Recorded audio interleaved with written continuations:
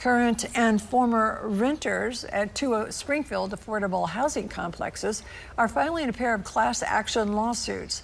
Those suits center on Cedarwood Terrace and Rosewood Estates. Plaintiffs and supporters held a rally today at the old Greene County Courthouse. They claim previous owners of the complexes violated provisions, the low-income housing tax credit program, which offers big tax breaks to companies that provide affordable housing. Among the accusations, that the previous owners didn't notify tenants when they planned to opt out of the program. Plaintiffs also claim that provisions were not made to ensure rent remained low.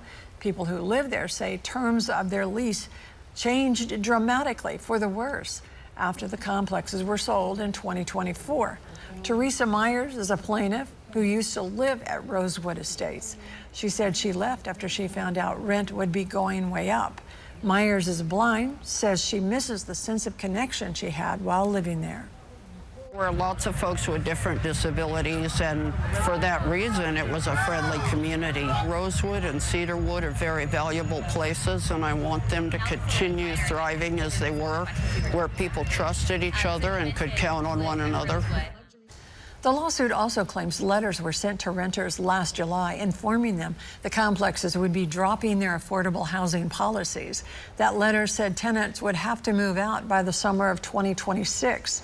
The lawsuits seek to prevent that from happening. We reached out to the defendants in the case for official comment and so far have not heard back.